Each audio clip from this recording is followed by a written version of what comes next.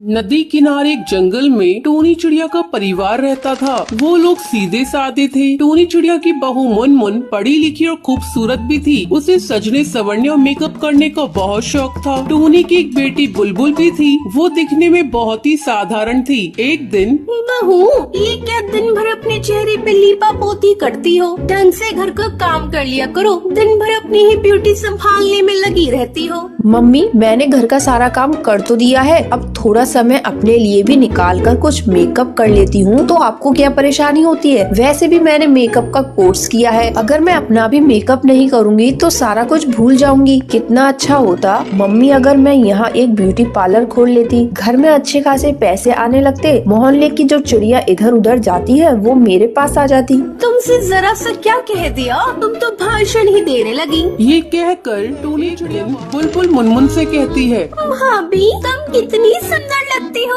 और तुम्हारे पर तो एकदम चमकीले हैं। काश भाभी मैं भी तुम्हारी तरह सुंदर होती। क्या करूं दीदी, मैं आपको भी सुंदर बनाना चाहती हूँ, लेकिन मम्मी तो मुझे करने ही नहीं देती। और क्योंकि तुम जानती हो मैंने ब्यूटिशियन का कोर्स किया है, मैं तुम्हें इतना सुंदर बना दूंगी कि तुम अपने आप को पहचान ही नहीं पाओगी। अरे बहू, मेरी बेटी को क्यों बहका रही हो? ज्यादा सजना संवरने में पैसे खर्च होते हैं। खबरदार बहू, तुमने जो मेरी बेटी के चेहरे पे लीपा पोती की तो मैंने आज तक अपनी बेटी के पंखों पर सरसों के तेल के अलावा कुछ नहीं लगाने दिया है। और ये जो तुम शैम्पू वैम्पू लगाती हो, इससे क्या होने वाला है? मेरा घर ही डिटर्जेंट ही जिंदाबाद है। उससे मैं कपड़ों को भी धो लेती हूँ और बालों को भी धो लेती हूँ। खाना बनाने के लिए जो सरसों का तेल आता है उसे परों में भी लगा लेती हूँ। खाना भी बनता है और बाल में भी लग जाता है। अलग से कुछ खर्च नहीं करना पड़ता। लेकिन जब से तुम आई हो, कभी क्रीम चाहिए तो कभी पाउडर चाहिए, कभी शैम्पू खत्म हो गया। तुम ये सब अमीरों वाली आदत मेरी बेटी को मत लगा देना। पक्षी दिन भर मेहनत करता है तब 2 पैसे कमाता है और तुम इन पैसों को क्रीम पाउडर में खत्म कर देती हो। हाय राम, हमारे घर में ये कैसी बहू आ गई? मेरे तो कर्म ही फूट गए। मैंने कितनी बार हीरो बेटा से कहा तो गाँव की किसी लड़की से शादी कर ले,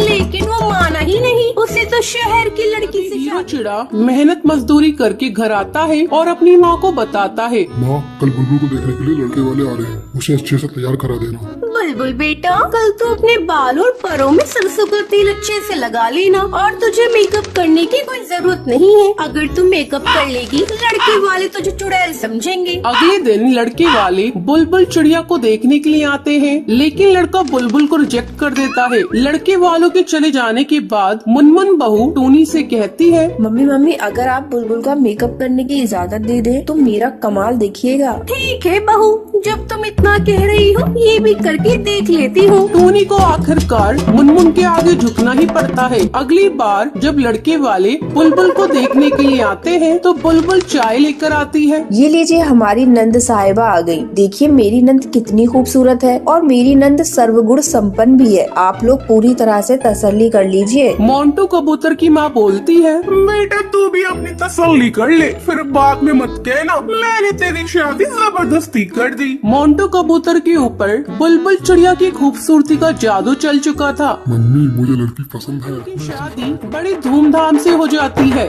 बुलबुल के विदा हो जाने के बाद, बहू, मैंने हर बार तेरे मेकअप के लिए तुम्हें डांटा। आज उसी मेकअप के चलते मेरी बेटी की शादी इतने अच्छे घर में हो गई। मैं तुम्हारा धन्यवाद करती हूँ बहू। तो ये थी आज की कहानी। क्या आपको पता है टोनी अपने परों में कौन सा तेल लगाती थी? अगर आपको पता है तो आप हमें कमेंट करके जरूर बताएं। अगर आपको ये वीडियो पसंद आई हो तो इसे लाइक और ऐसी कहानियाँ देखने के लिए मेरे चैनल को सब्सक्राइब करना न भूलें। एक बरगद के पेड़ पर गोपी चिड़िया का बसेरा था। वो बहुत ही ज्यादा लालची चिड़िया थी। उसके पास में ही राशि चिड़िया का घोंसला था। एक दिन गोपी चिड़िया अपने घोंसले में बहुत उदास बैठी थी। काश मेरे पास बहुत सारे पैसे होते तो आज मैं एक बड़ी सी घर में रहती। मेरे आगे पीछे नौकर चाकर घूमते, लेकिन कहाँ मेरी फूटी किस्मत, कहाँ है आराम मेरे पास। मैं तो गरीब हूँ, सारा दिन जंगल में पागलों की तरह खाना ढूंढना पड़ता है, जब जाकर 2 वक्त का खाना मिलता है। तभी राशि चिड़िया गोपी चिड़िया के पास आती है। क्या हुआ गोपी चिड़िया, तुम किन ख्यालों में खोई हुई हो? कुछ नहीं राशि चिड़िया,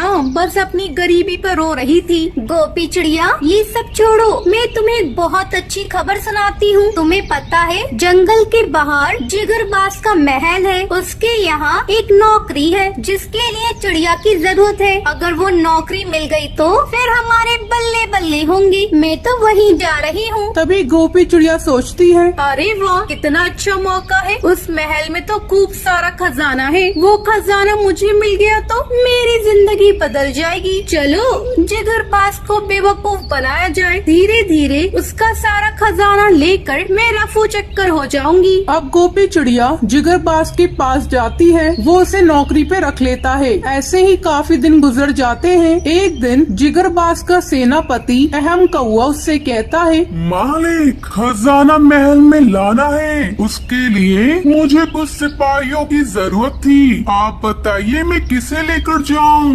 अहम कौए, तुम गोपी चिड़िया को अपने साथ ले जाओ। मालिक वो अभी अभी नई आई है, उस पर भरोसा करना ठीक नहीं होगा। नहीं अहम कौए, मुझे इस पर पूरा विश्वास है, तुम उसे अपने साथ ले जाओ। अहम कौआ अपने साथ खजाना लेने के लिए ले जाता है। बहुत सारा खजाना देखकर गोपी चिड़िया की आंखें फटी की फटी रह जाती हैं। अहम कौए, कितना सारा खजाना है, ये तो मजा ही आ गया। गोपी चिड़िया इसे हिफाजत से जिगरबाज तक पहुंचाना है, वरना वो हमें छोड़ेगा नहीं। अब गोपी चिड़िया और अहम कौआ खजाना लेकर महल जा रहे होते हैं। हाँ हाँ, अहम कौए, मैं बहुत थक गई हूँ, थोड़ी देर चिड़िया हमारा और अहम कौआ पेड़ के नीचे आराम करते हैं। अहम कौआ वहीं सो जाता है। फिर गोपी चिड़िया बड़ी चालाकी से सारा खजाना लेकर मिट्टी के नीचे के पास जाती है। गोपी चिड़िया, हमारा खजाना कहाँ है? और अहम कौआ वो नहीं आया? मालिक, अहम कौआ धोखेबाज निकला, वो आपका सारा खजाना चोरी करके ले गया। क्या? सिपाहियों, उस अहम कौए को ढूंढ कर लाओ, हम उसे छोड़ेंगे नहीं। उस अहम कौए को मैंने ऐसी जगह छुपाया है जहाँ से वो कभी वापस नहीं आ पाएगा, समझे? चलो मुझे यहाँ से 9 तो 11 होना पड़ेगा। मालिक, मुझे अपनी माँ के पास जाना है, उनकी तबीयत ठीक नहीं है। तुम जा सकती हो। कैसा बेवकूफ बनाया है जिगरबाज को।